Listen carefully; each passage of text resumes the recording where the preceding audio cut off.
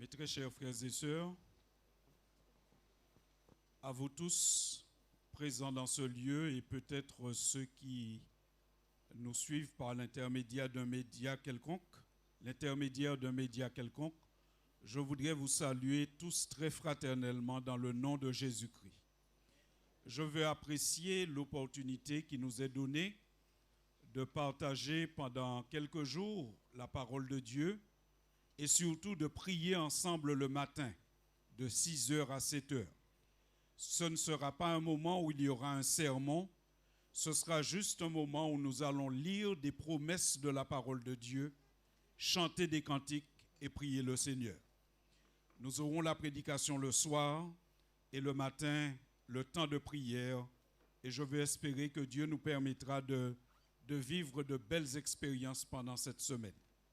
Je veux remercier le Seigneur pour l'accueil qui nous est réservé ici à l'église Chauvel. Merci à Céline et à Pascal qui m'ont accueilli et bien traité. Merci au pasteur l'ancien, Rosan, qui a aussi permis que nous soyons là et qui nous a aussi bien accueillis. Et je veux remercier aussi l'administration de la fédération, dont le président, pasteur Isaïe Auguste, a pris le temps de m'appeler hier matin pour me souhaiter la bienvenue. Et donc, tout ceci fait que je me sens bien parmi vous et j'espère que je resterai bien parmi vous. Pendant toute la semaine, nous aurons à partager un thème que nous avons intitulé « Une personne épanouie pour une famille équilibrée ».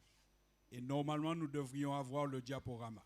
Une personne épanouie pour une famille équilibrée.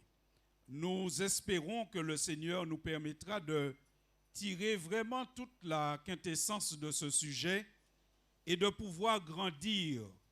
Et comme cela a été dit hier soir, s'il nécessaire encore de pouvoir changer nos habitudes. Je vous invite, avant d'ouvrir la parole de Dieu, à ce que nous puissions nous incliner pour prier. Et j'invite chacun à prier silencieusement, révérencieusement. Prier pour que la parole de Dieu nous touche, que le Seigneur lui-même soit au milieu de nous et que nous puissions être non pas seulement informés, mais transformés par la parole qui sera prêchée.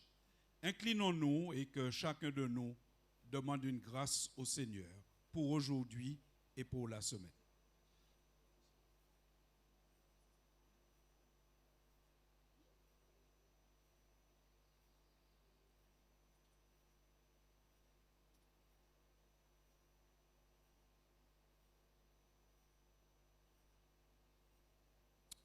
Oui, Seigneur notre Dieu,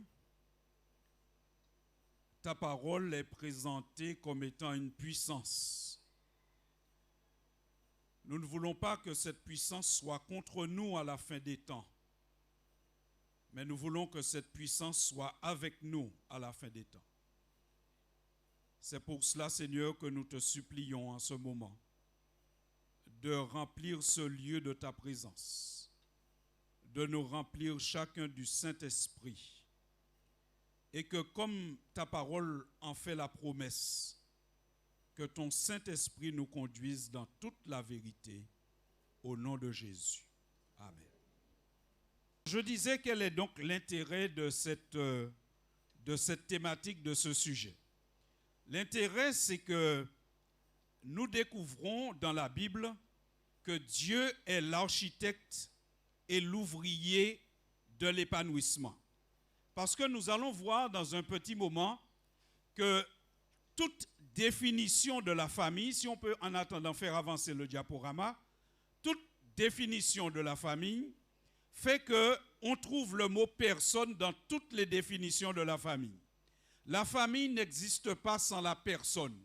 Et s'il n'y a pas une personne épanouie, on ne peut avoir une famille équilibrée. Ok, donc je disais que Dieu est l'architecte et il est quoi aussi? L'ouvrier de l'épanouissement. Quand on prend les définitions qu'on peut trouver de la famille, le mot personne est toujours dans la définition de la famille. Retenons ici une première définition. Une famille, c'est un groupe de personnes qui est uni par quoi? Soit les liens du mariage, soit quoi d'autre? Les liens du sang ou quoi d'autre encore? Les liens d'adoption. On peut être simplement sans aucun lien de sang, mais puisqu'on s'adopte, on devient une famille.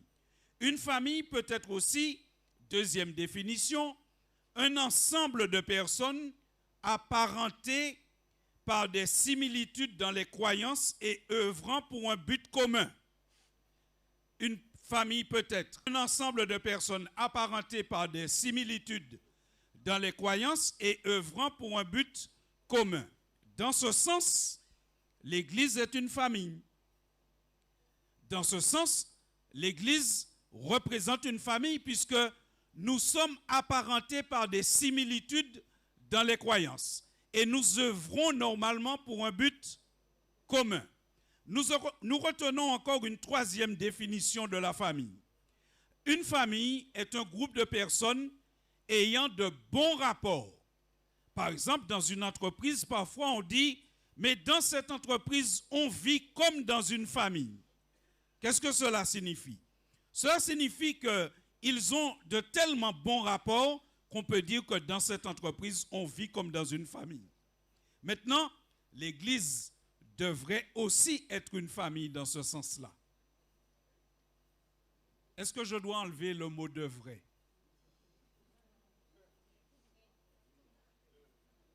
L'Église est une famille dans ce sens-là parce que nous avons de bonnes relations entre nous. OK? Donc j'enlève le mot devrait. L'Église est aussi une famille dans ce sens-là parce qu'on est caractérisé par de bonnes relations entre nous. Maintenant, si vous avez bien écouté les trois définitions, le mot personne est l'ingrédient de base de la famille. Cherchez partout, vous ne trouverez aucune définition du mot famille sans le mot personne. Par conséquent, avant de chercher à faire famille, il faut chercher à être une personne. Si vous n'êtes pas une personne, si vous ne vous considérez pas comme une personne, vous n'allez pas pouvoir faire famille. Si la personne avec qui vous faites famille, vous ne la considérez pas comme une personne, ça ne va pas marcher non plus. Il faut qu'il y ait des personnes épanouies pour faire des familles équilibrées et épanouies.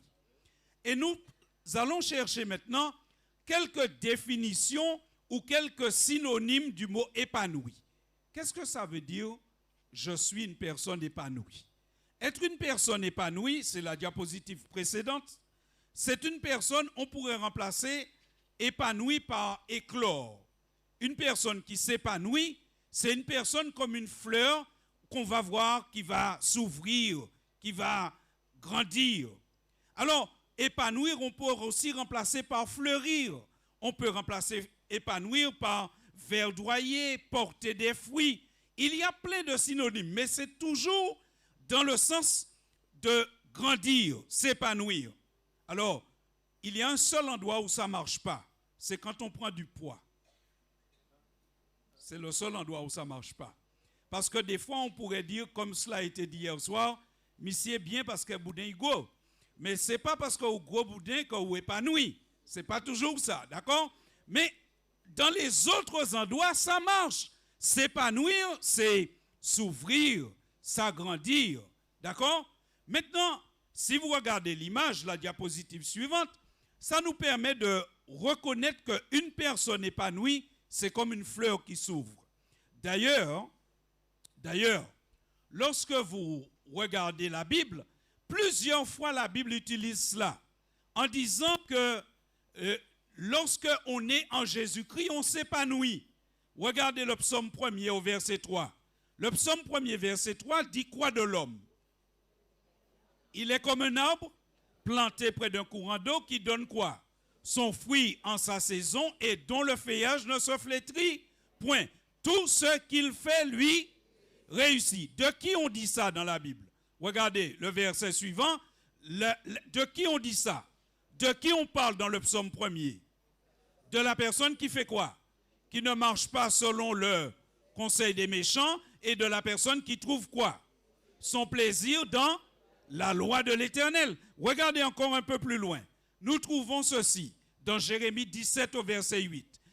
Qui est comme un arbre planté, où ça? Près des courants d'eau. Et qui fait quoi? Qui étend ses racines. Qui fait quoi encore? Qui n'aperçoit point la chaleur quand elle vient. Et qui fait quoi encore? Son feuillage reste vert dans l'année de la sécheresse. Il n'a point de crainte et il ne cesse de faire quoi? Est-ce que ça, c'est une personne épanouie? Oui, mais c'est qui est comme ça? Regardez, Jérémie le dit. On avance et on voit que Jérémie le dit. Qui est une personne ainsi? Hello. Jérémie 17, verset 7 dit, béni soit l'homme qui se confie dans l'Éternel et dont l'Éternel est quoi? L'espérance. Vous constatez que le Seigneur nous dit que celui qui s'épanouit, celui dont les feuilles restent vertes, c'est qui? C'est celui qui est en Dieu. Donc Jésus-Christ lui-même, quand on lit la Bible, se présente comme étant le secret pour l'épanouissement. Regardez ce que Jésus dit. Regardez ce qu'il dit. Jésus dit, c'est Dieu qui est l'architecte et l'ouvrier de l'épanouissement avant son pouvoir. Ce que Jésus dit. Dans Jean 15 au verset 5, que dit-il? Je suis le cep et vous êtes quoi? Le sarment. Celui qui fait quoi? Qu'est-ce qui lui arrive? Alors, si vous deviez traduire ce verset, vous pouvez simplement dire, l'homme qui est en contact avec Jésus s'épanouit. Parce que celui qui est en Jésus, il porte des fruits. Porter des fruits, ça veut dire s'épanouir. Alors, si on veut s'épanouir, on n'a pas le choix. Il faut être en contact avec Jésus. Et mes chers amis, lorsque la Bible dit cela, je suppose que vous allez parfois chez le médecin, et même si vous n'achetez pas ces revues, mais vous trouvez sur la table dans la salle d'attente, mais je crois que depuis la Covid, on n'en met plus beaucoup. Mais vous trouvez parfois des journaux. Et ces journaux, dedans, il y a toujours une page psycho, où vous avez des psychologues qui écrivent des articles pour vous dire, voilà comment faire pour vous épanouir. Si vous avez déjà lu ce genre d'article, vous vous rappelez que les conseils qu'ils donnent sont tous tirés de la Bible. En général, qu'est-ce qu'ils vous disent? Pour vous épanouir, il faut avoir un but. Pour vous épanouir, il faut définir vos valeurs. Pour vous épanouir, il faut rester connecté avec ses proches, passer du temps avec eux. Pour vous épanouir, il faut savoir lâcher prise. Pour vous épanouir, il faut faire preuve de résilience. C'est-à-dire, il faut accepter les choses qui vous arrivent et que vous ne pouvez pas changer et trouver la force de rebondir. Ils vous disent aussi que pour vous épanouir, il faut soigner votre corps. Ils vous disent que pour vous épanouir, il faut vous engager dans des activités qui ont du sens pour vous. Ils vous disent que pour vous épanouir, il faut dormir suffisamment. Vous savez que dormir suffisamment, c'est une clé du bonheur. C'est pour cela que le téléphone portable, le réseau ne s'arrête jamais. Parce qu'il y a quelqu'un qui ne veut pas que nous dormions suffisamment. Il y a quelqu'un qui sait que si nous dormons suffisamment, nous sommes en meilleure santé et nous devenons plus intelligents. Parce que quand nous dormons, notre cerveau se régénère, notre cœur se repose. Quand nous dormons nos 8 heures par jour, ça nous fait un bien exceptionnel. Et il y a quelqu'un qui ne veut pas que nous soyons bien. C'est pourquoi le réseau fonctionne 24 heures sur 24. Et parfois, 23 heures, il y a encore des gens qui sont encore sur leur portable. Minuit, il y a encore des gens qui sont sur leur portable. Et vous pensez qu'il y en a qui dépassent minuit? Il y en a qui dépassent minuit? Sérieux? Aïe, aïe, aïe. Vous pensez qu'il y a des gens qui vont jusqu'à 1 heure du matin à regarder des vidéos, etc.? Plus que ça? En tout cas, mes chers amis, le sommeil, Dieu nous l'a donné pour notre bien. Et je vous en supplie au nom de Jésus, dormez suffisamment. Et c'est d'ailleurs pourquoi Dieu donne le sabbat, non pas forcément pour dormir, mais pour se reposer. Et Dieu veut que nous soyons épanouis. Et tous ces conseils que vous trouvez à droite et à gauche, tous ces conseils sont d'abord dans la Bible. Est-ce que vous connaissez ce verset de la Bible dans le psaume 3 qui dit « Voici, je me couche ». Je ne vous ai pas entendu. Je me couche, je me réveille, car l'Éternel est quoi? Il est quoi? Mon soutien. Mes chers amis, vous avez des gens qui ont des lits, des chambres climatisées avec moustiquaires aux fenêtres et qui ne dorment pas. Ce n'est pas les moustiques qui nous empêchent de dormir. Ce n'est pas la chaleur, la chambre est climatisée. Ce n'est pas le matelas qui est trop vieux. C'est un matelas à mémoire de forme qu'on change tous les 6 mois. Il y a des gens qui ont tout pour dormir, mais qui ne dorment pas. Pourquoi ne dorment-ils pas? Ils sont préoccupés. Mais le chrétien, lorsqu'il est en Christ, il dit « Je me couche et je me dors, car l'Éternel est mon soutien. » Par conséquent, mes chers amis, quand nous disons que Dieu est la clé de l'épanouissement, ce n'est pas parce que nous sommes simplement dans une religion, mais c'est parce que nous sommes dans une relation avec un Dieu qui nous donne la paix et qui nous conseille en toutes choses. Mais vous savez, où est la différence entre Dieu et le psychologue? Le psychologue fait du bon travail lorsqu'il prend sa matière dans la logique biblique. Le médecin aussi fait du bon travail quand il prend sa matière dans la logique biblique. Et c'est pour cela que nous avons eu de très bons conseils pendant une semaine. Mais la différence entre Dieu, le médecin et le psychologue, c'est que Dieu fait des miracles. En plus de donner des bons conseils comme le médecin ou comme le psychologue, Dieu est capable de faire des miracles pour notre épanouissement.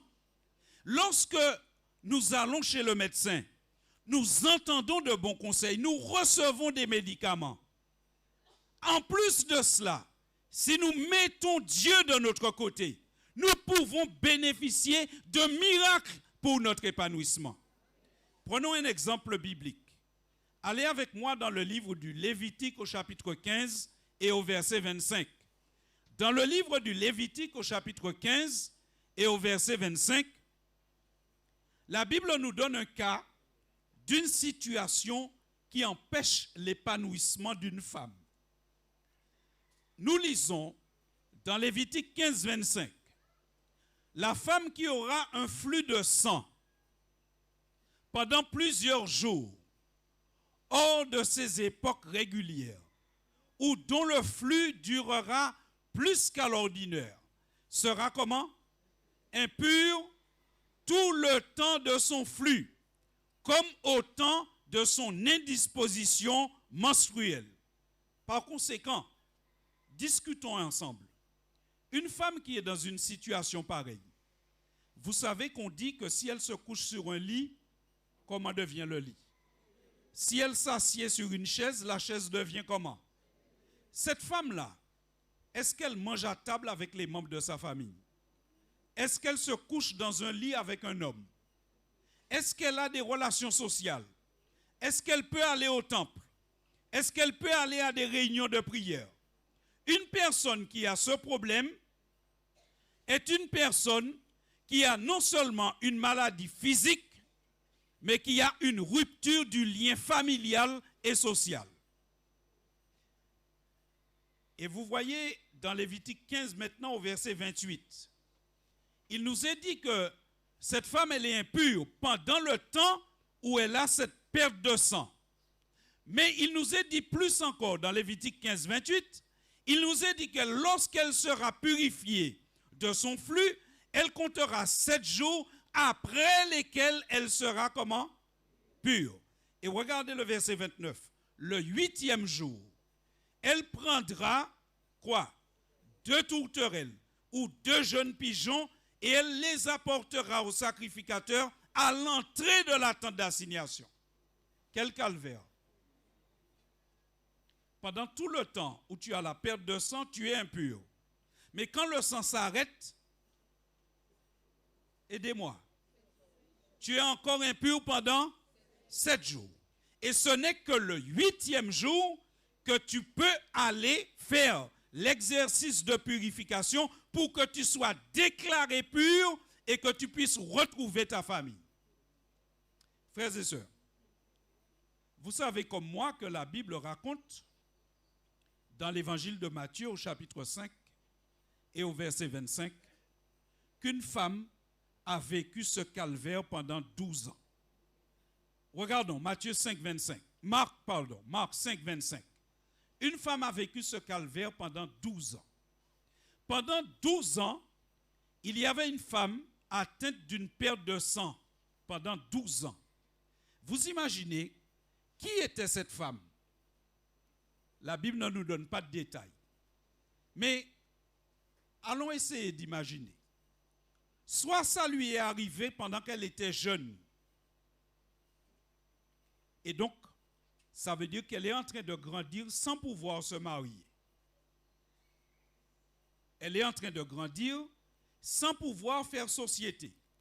Elle voit ses copines, ses cousines qui grandissent comme elle, qui se marient, qui deviennent enceintes, qui deviennent mères. Et elle est comment? Peut-être que ça lui est arrivé alors qu'elle était déjà mariée. Et donc ça fait 12 ans que son mari ne peut pas dormir avec elle. Et comme je sais qu'ici il y a des frères braves, aimants, charitables, doux, humbles de cœur, proches de Jésus, agneaux de Dieu, mes frères, mes bien-aimés frères, mes doux frères en Christ, 12 jours, c'est déjà un calvaire. 12 heures, c'est déjà parfois trop. 12 ans. Qu'est-ce que vous auriez fait? Ne répondez pas et ne faites pas la grimace. Moi, n'ai pas besoin qu'on ait des affaires. Mais qu'est-ce que vous auriez fait? 12 ans.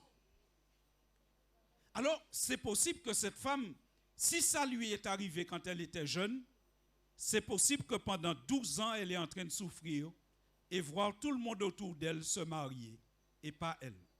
Si elle était déjà mariée, peut-être qu'elle a déjà perdu son mari.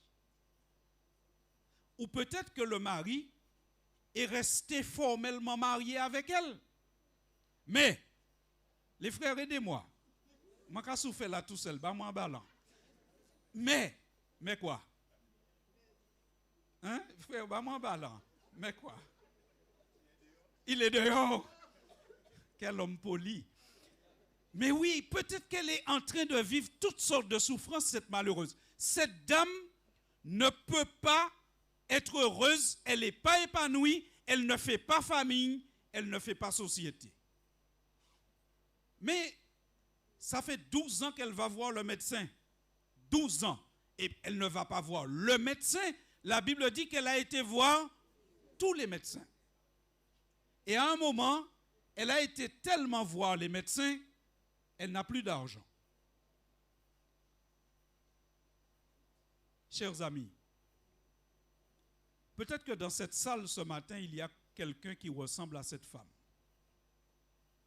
Peut-être qu'il y a quelqu'un, et dans ta vie, il se passe quelque chose qui t'empêche de t'épanouir et qui t'empêche de te connecter à ta famille. Cette femme, elle fait quoi? Dans son désespoir, elle va et elle rencontre Jésus. Et que fait-elle? La Bible dit, elle touche le bord de son vêtement. Ayant entendu parler de Jésus, au verset 27, elle vient et elle fait quoi?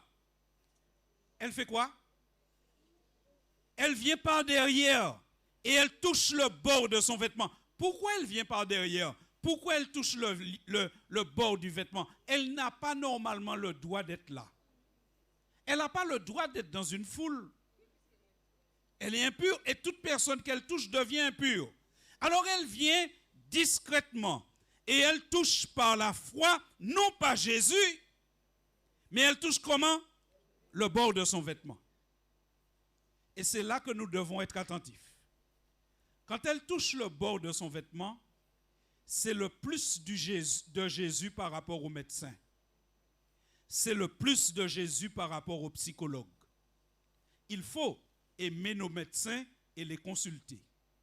Mais il ne faut jamais les consulter sans prier Jésus. On peut avoir des psychologues et s'entretenir avec eux.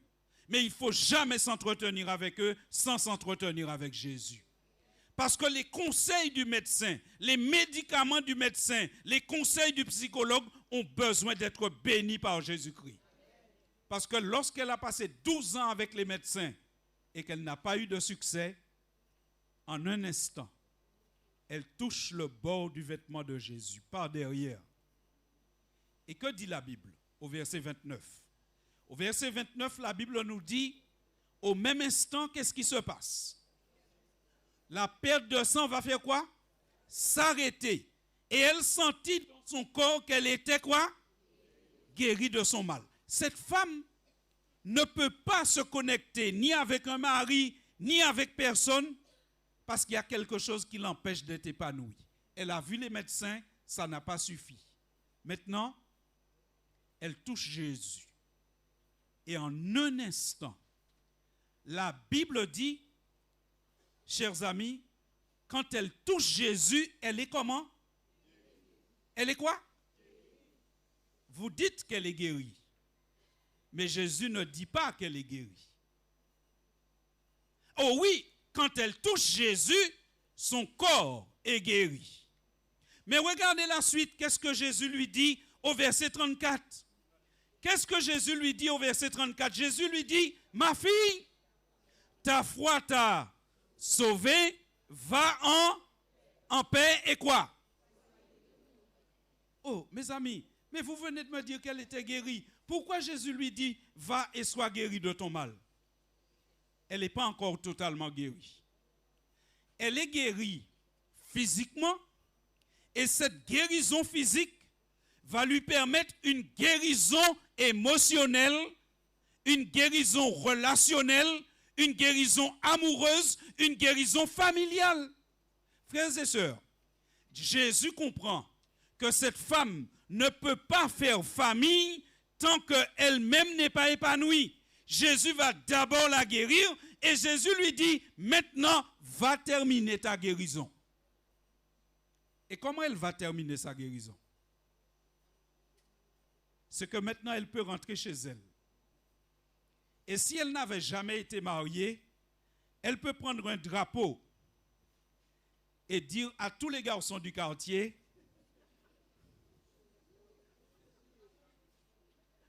vous me dites pourquoi? Pourquoi elle peut faire ça?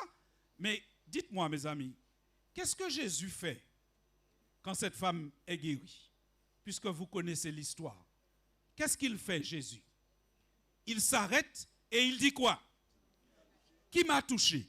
Alors les apôtres disent, mais Jésus, tu demandes qui m'a touché alors que tout le monde te touche? Il dit non, il y a quelqu'un qui m'a touché spécialement.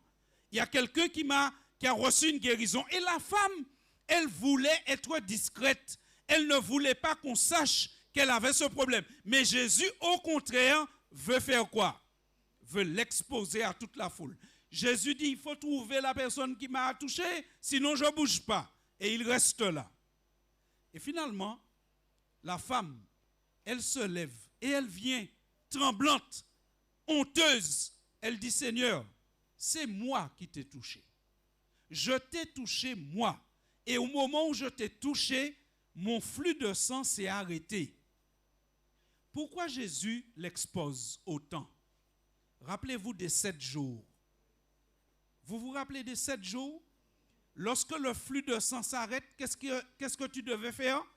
Attendre 7 jours, et ce n'est que le 8e jour que tu étais déclaré pur. Mais Jésus ne veut pas attendre 7 jours pour te purifier. Jésus ne veut pas attendre 7 heures pour te purifier. Jésus ne veut pas attendre 7 minutes pour te purifier. Une fois que tu as touché Jésus, il veut que dans la minute même, tu sois purifié. Mes chers amis, Jésus a exposé cette femme, non pas pour l'humilier, mais pour la relever aux yeux de la société. Jésus fait en sorte que tout le monde qui est là puisse dire, elle est pure maintenant. Ce n'est pas elle-même qui se déclare pure, c'est Jésus qui la déclare pure. Et Jésus lui dit, va en paix, ta foi t'a sauvé. Et Jésus lui dit, et sois guéri de ton mal. Ça veut dire que Jésus lui donne son permis pour aller se marier. Parce que maintenant, elle peut dire, oui, j'ai été impure pendant 12 ans, mais maintenant vous savez tous que j'ai été purifié. Et je n'ai pas été purifié à demi, je n'ai pas été purifié aux 3/4, j'ai été purifié en public et par le Seigneur lui-même. Et alors j'imagine que cette femme, guérie de son mal physique, va entamer un processus de guérison émotionnelle, relationnelle et familiale. Si elle n'était pas mariée, on peut imaginer les hommes qui courent après elle et qui lui disent « Baisse le drapeau, tu n'as plus besoin du drapeau, moi je veux t'épouser parce que épouser une femme qui a été purifiée par Jésus, c'est une bénédiction. » J'imagine son mari si elle était déjà mariée. Mon frère, reviens avec moi. Tu m'as dit qu'il a fait 12 ans en dedans et dehors. Mais tu imagines cette femme, après 12 ans où elle était éteinte, maintenant Jésus l'a rallumée d'un seul coup. Hein? Tu imagines la flamme, mon frère, après 12 ans? Waouh! Je pense que après 12 ans où le feu n'a pas été allumé, là, ça va cuire n'importe quelle marmite rapidement. À pas petit chaudier pour mettre en l'air ça, non, frère. Par conséquent, mes amis, Jésus démontre dans cette histoire qu'il est en train de bénir l'individu pour que l'individu épanoui devienne un membre de la famille et de la société. Et alors, la beauté de l'évangile se trouve dans Luc 6 au verset 19. La beauté de l'évangile se trouve dans Luc chapitre 6 au verset 19. Qu'est-ce que vous lisez, mes amis, dans Luc 6, verset 19? Peut-être que nous n'avons pas ce verset au diaporama. Dans Luc 6 au verset 19, nous lisons quoi? Vous avez vos Bibles, prenez vos Bibles et lisons ce verset. Si vous ne l'avez pas encore fait, soulignez ce verset. Dans Luc 6, verset 19, que dit la Bible? La Bible dit quoi dans Luc 6, 19? Et toute la foule faisait quoi? Cherchait à quoi? À le toucher. Pourquoi? Ça veut dire quoi, mes amis? Ça veut dire que ce que Jésus a fait pour cette femme, il l'a fait pour d'autres. Ça veut dire que ce que Jésus a fait pour cette femme, il veut le faire pour toi ce matin. Il n'y a pas que cette femme qui a touché le bord du vêtement de Jésus et qui a été guérie. Il n'y a pas que elle. Puisque la Bible dit, il l'a fait pour plein de personnes. Et pourquoi il l'a fait pour plein de personnes et pourquoi pas pour toi ce matin? Dis à Jésus en fermant les yeux, quelle est la chose qui t'embête ce matin? Peut-être que cette femme perdait du sang, mais peut-être que toi, tu es en train de perdre le sens de la vie. Parce que Jésus peut guérir de la perte de sang, mais il peut aussi guérir de la perte de sens. Si jamais ta vie n'a plus vraiment de sens, tu te dis, mais qu'est-ce que je deviens?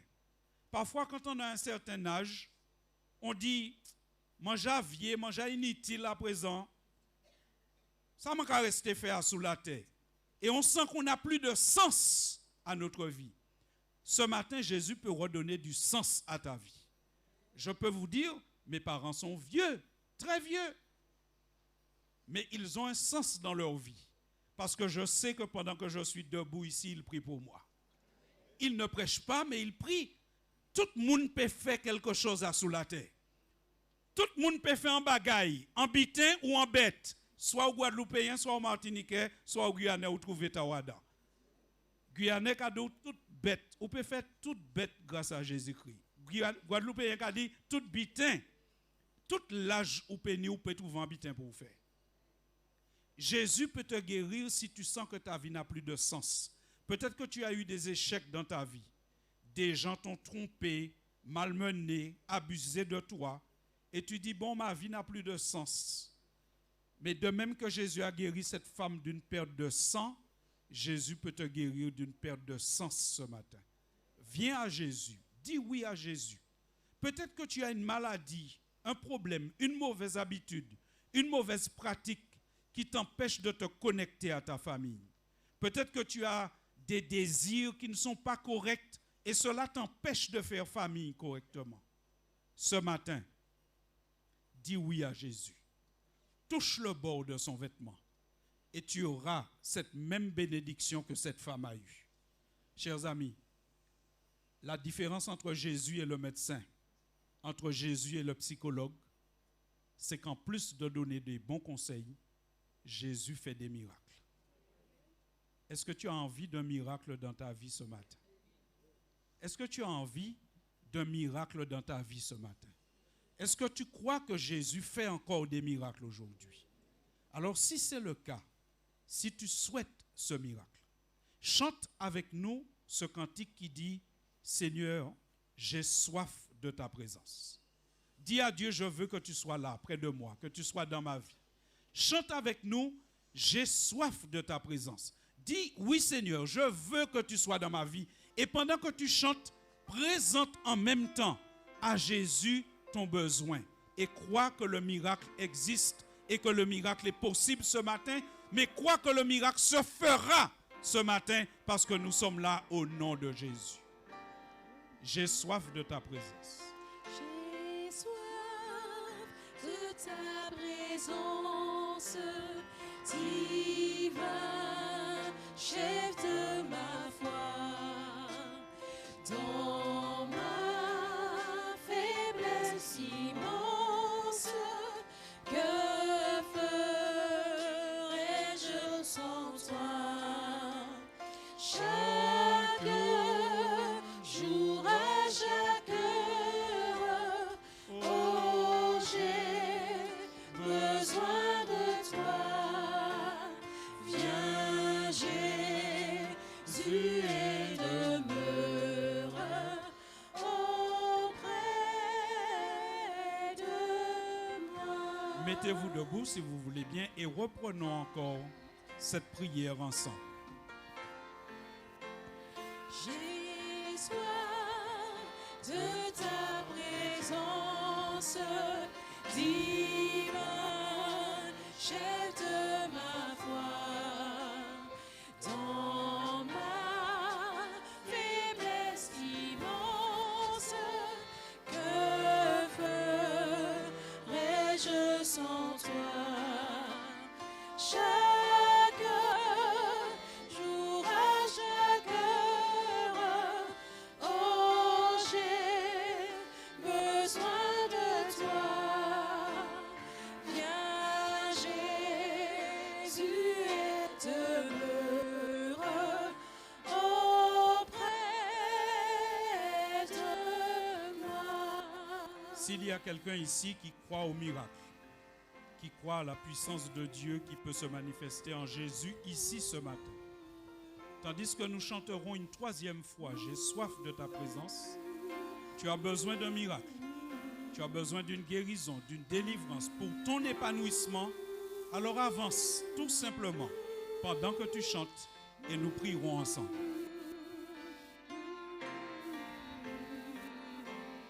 J'ai soif de ta présence, divin chef de ma foi.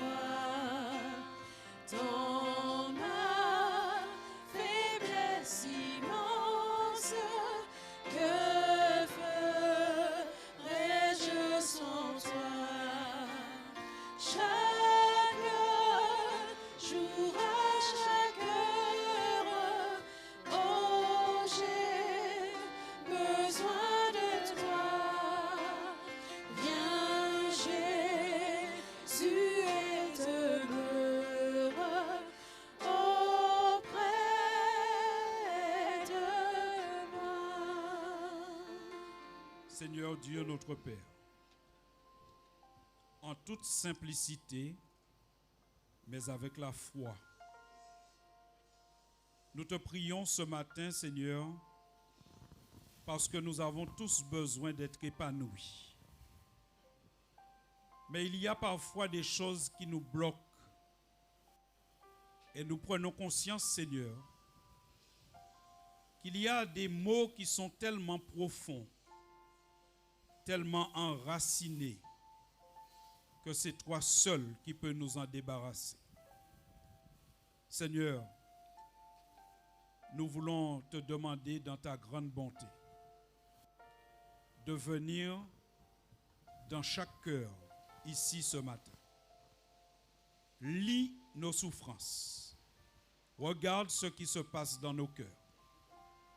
Seigneur, nous t'en supplions au nom de Jésus. Ce que tu as fait pour cette femme qui a souffert pendant 12 ans, fais-le pour chacun de nous ce matin. Seigneur, pendant 12 ans, elle a patienté. Nous aussi, Seigneur, cela fait peut-être des années que nous patientons. Mais pour la gloire de ton nom, pour que ton nom soit glorifié ici, Seigneur, fais le miracle que nous attendons depuis si longtemps. Utilise, si tu veux, le médecin pour nous prescrire le bon médicament. Utilise, si tu veux, le psychologue pour nous dire la bonne parole. Ou encore, agis directement si tu veux, Seigneur. Peu nous importe la voie que tu choisiras. Mais nous t'en supplions. Accomplis ici un miracle pour chacun de nous. Seigneur, guéris. Seigneur, délivre. Seigneur, libère. Seigneur, change nos habitudes. Seigneur, transforme. Car nous avons besoin de cela pour connaître un épanouissement et pour être à ton service. Éternel, bénis cette assemblée qui s'est levée par la foi devant toi. Je ne peux pas te citer chaque prénom, mais toi, Seigneur, tu nous connais et tu connais chaque prénom. Que chacun sente, Seigneur, en ce moment, que tu t'occupes de lui spécialement. Ô Seigneur, s'il te plaît, bénis-nous et ne nous renvoie pas dans ce lieu sans l'assurance que tu as pris en compte notre demande et que tu feras au-delà de ce que nous t'avons demandé, parce que c'est au nom de Jésus que nous avons prié et pour ta gloire éternelle.